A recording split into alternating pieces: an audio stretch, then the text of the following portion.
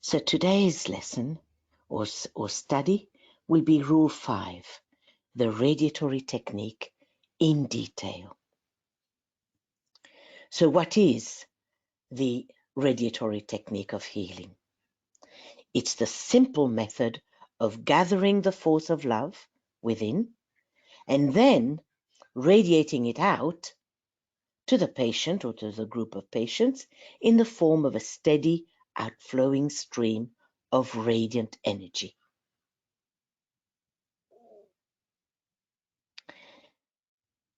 DK tells us that the healers will therefore in the very first cycle of work attempt the radiatory technique. It is simpler and far more easily mastered, but also I think that DK wants us to practice the radiatory technique because he wants to develop the soul coming through our personalities. So to get us into that mind set, whereas the magnetic technique is really dependent upon the personality of the healer. So we've read the Rule 5 already, so we won't go through that again. And let's now have a look at the simplified version. So simply, it is a technique whereby the healer draws down soul energy down into the head area, where the gland, the pineal gland, which is the concretization or the precipitation of the crown chakra or the head chakra, which is the seat of the soul. So then the gland becomes the center of a magnetic field, which is set in motion by the power of visualization. Then he radiates it out onto the patient via his ajna into the form of a steady outflowing stream of radiant energy. It is directed to the center nearest to the location of the disease through the stimulation of the patient's aura controlled by the patient's soul. But because we are sending it to a group of patients, so it's difficult to know which chakra the soul of the patient needs. So we send it to the heart center, which then distributes the necessary energy to the rest, or to the chakra which needs it most. So the key points is the process is simple, it is safe and easily mastered. 2, the relationship between the healer and the patient is that of soul to soul. And success in radiatory healing is dependent to a great extent upon the ability of the patient's soul of the healer's soul to establish a firm relation with the soul of the patient. And 3, it's the soul of the patient who has the major responsibility because he works then in cooperation with the healer. So it is a soul-to-soul relation from the healer's soul to the patient's soul. Then the patient's soul is helped in what it has to do. The healer must link his soul, his brain, his heart, and his aura. The result is a constant circulation of force from the soul, then back again to the soul. The linking of the soul and brain is achieved when the healer superimposes the soul triangle over the chakric and the gland triangles, creating a magnetic field in the head center, in the head area. So the energy released then follows a direct line of contact with the brain. The importance of the brain. The linking process involves the soul, the brain, and the entire aura, or the magnetic field of the individual or the group activity. The brain acts solely as the focusing point of the love,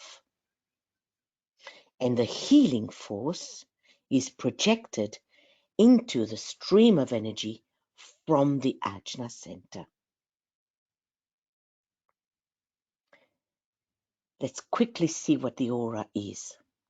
Just like the Earth generates a radiatory magnetic field around it, so does man. The centers or their vibrations, the chakras or the vibration of the chakras, are in reality what constitutes the aura of a human being. Or it's the subtle field of radiation or the vibration of the chakras. That's all it is. So, few key points here, advice from DK. Keep the focus in the head, and your center of attention will be focused there too. Why should that be so? Is because the healer should not overstimulate his own chakras, hence the need to keep the focus in the head. And that's a very, very important point, because energy is an impersonal force and a purely impersonal agency. So you do not want the rest of your chakras to be overstimulated, particularly the lower ones, solar plexus, base, and sacral. So you keep the focus in the head constantly.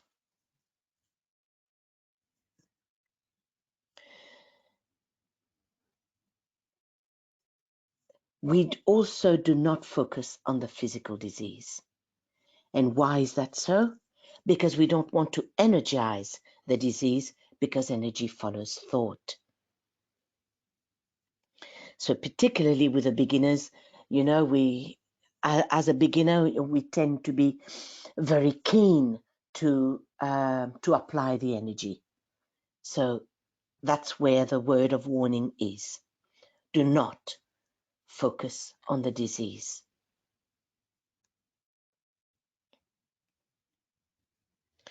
And secondly, because the healer works only with the etheric body, not with the physical body at all. And being occultist, we know that the body is not a principle, okay? It's got basically no initiating life of its own. It only receives the impact of the energy from the inner bodies, which is mental, astral, and the etheric. So the healer works only with the etheric body, leaving therefore the energies that he transmits through his etheric body to make their impact upon the automaton of the physical body according to the intent. Linking soul, brain, and heart. The heart chakra, being one of the anchoring points of the soul in the etheric body, is automatically linked. There are 3 anchoring points of the soul in the etheric body: the head chakra, the heart, and the throat. And from these points, from the head, then the energy goes down to the base. From the heart, it goes to the solar plexus, and from the throat to the sacral. These are the 3 anchoring points. So when we send the energy to the heart center, our heart center, when we, not download, but when we step down the energy from the ajna, the heart is automatically involved because we are using the energy of love. Now, the linking of soul, brain, heart, and its effect on the aura. When we link our soul, our brain, and our heart, that causes an energizing of the personality of the healer, and therefore of his aura. Because as we said earlier on, the aura is just the vibration of the chakras.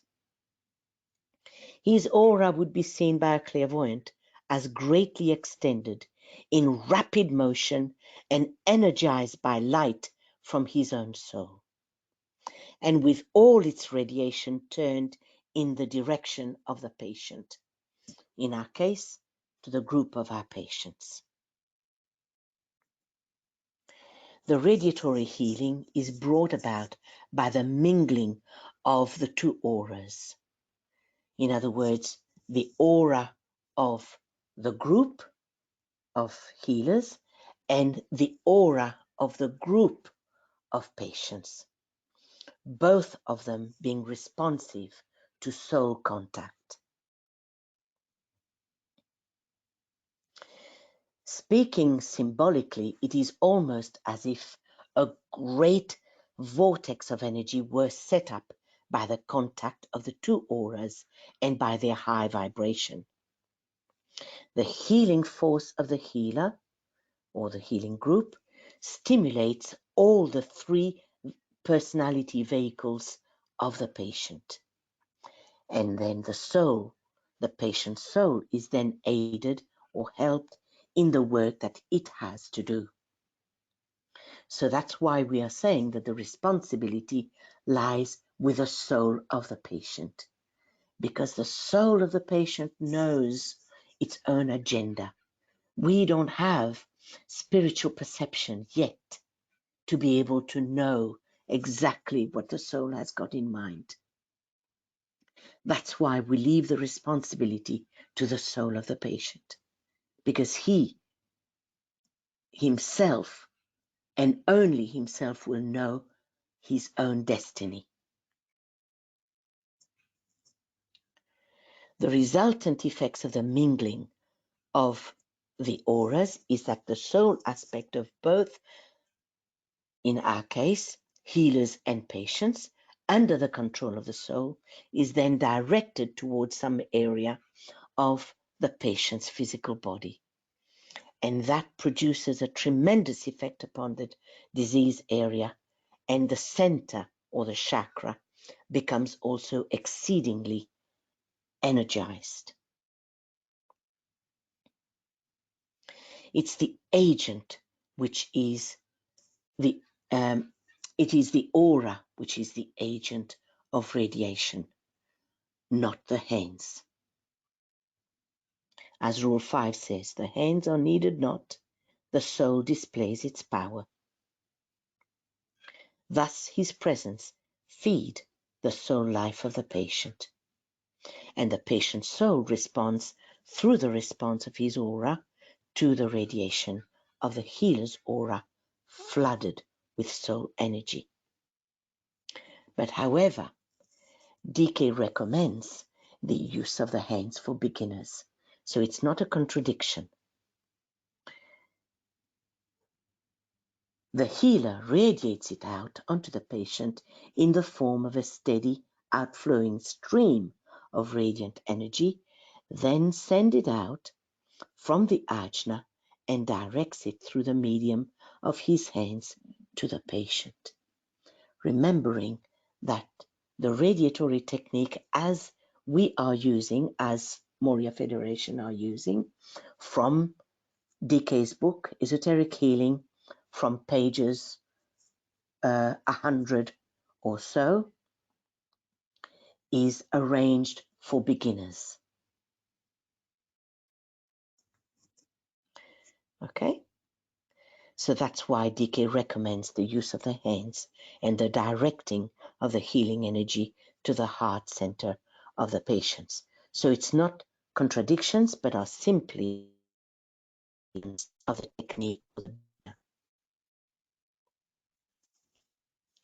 So from the ajna center, send streams of living light and love to the heart center of the patient and the group. But work from the ajna center, because the ajna center is the chakra of distribution. Okay. So working from the ajna, the heart center of everybody involved will be closely related. Heart and ajna. Oops. So why the heart center? Because the heart center registers the energy of love. The life principle, which is the flow of divine energy through all forms, is temporarily seated in the heart. The life principle controls the mechanism through the medium via the bloodstream, for the blood is the life and uses the heart as its central organ. The life or the spirit aspect carries regenerating power and coordinating energy to all the physical organism and keeps the body whole. And the worker works with the life aspect. The heart center is the organ for the distribution of the hierarchical energy poured via the soul into the heart center of all aspirants, disciples, and initiates. The love of God is shed abroad in the human heart, and its transforming magnetic and radiatory power is essential for the reconstruction of the world and for the establishment of the new world order. So have ever in mind that love is an energy and it is a substance as real as dense matter. And that substance can be used to drive out diseased tissue and provide a healthy substitute in place of the diseased material which has been eliminated. So the heart center is the distributor of hierarchical love. A loving heart is one of the most potent of all energies employed, we are told.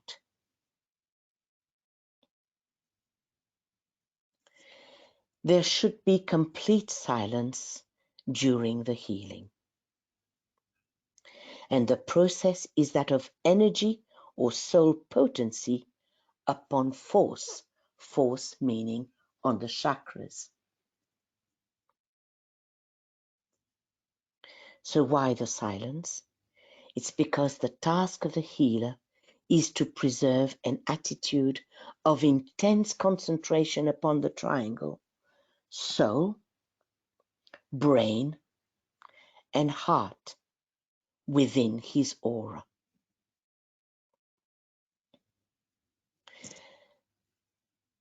So the work is silent. There is no loss of power at any time, as there is always a loss of power through the spoken word or affirmation. Speech and discussion tend to deflect and dissipate force. In my very, very early years, I remember I didn't know DK at the time. I belonged to a healing group. Even at the time, I was shocked. While they were giving healing, the healers were talking amongst themselves, basically gossiping, and I was absolutely shocked. And of course, at the time, I didn't even understand why. It shouldn't be so. But instinctively, I knew that that was wrong. Now I know. is discussion and speech deflects and dissipates the force. Here we're trying to build a very, very delicate thought form. And that delicate thought form is made of mental matter. And this is very delicate and it gets dissipated very quickly. So having made his contact then, the healer simply waits and has nothing more to do but to hold his soul alignment steady and permits nothing to disturb his personality vehicles. Because then the soul energy will energize his personality vehicles and the chakras. The result is a constant circulation of force from the soul back again to the soul. This causes necessarily an augmenting and energizing of the threefold personality of the healer and therefore of his aura. And by this means, the healing force of the healer stimulates all the three personality vehicles of the patient, and the patient's soul is aided in the work it has to do. The mingling of the two auras has an energizing effect that produces a tremendous effect upon the disease area, and the chakra in the same locality becomes also very energized. Let's have a look at the spiritual effects. The radiation of the healer's soul stimulates the patient's soul to bring about his own healing. The mental effects, the radiation of the healer's mind illumines the patient's mind and polarizes his will.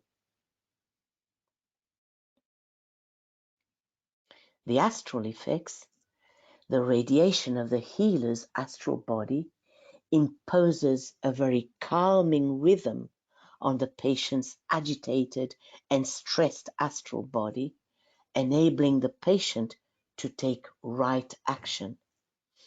But here also, because the patient's solar plexus or astral body is calmed down, then it allows the soul energy to penetrate. Otherwise, this acts as a barrier. As long as the patient is going to be stressed and agitated, of course, because they are sick. So there is always stress when one is sick. So that needs to be done, and that's a very important aspect of the healing, because without the calming effect of the patient, then the soul energy can't penetrate. And the etheric effects is that the radiation of the healer's etheric body working on the pranic fluids through the splenic center enables it to distribute them to the chakra closest to the disease area, thus restoring the body to health. And in our case, with the heart center. From the heart, then that energy is distributed to the needed chakra.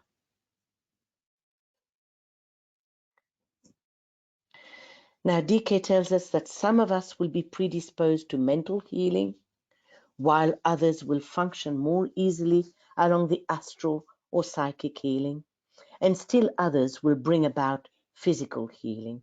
It all depends on our ray makeup, on our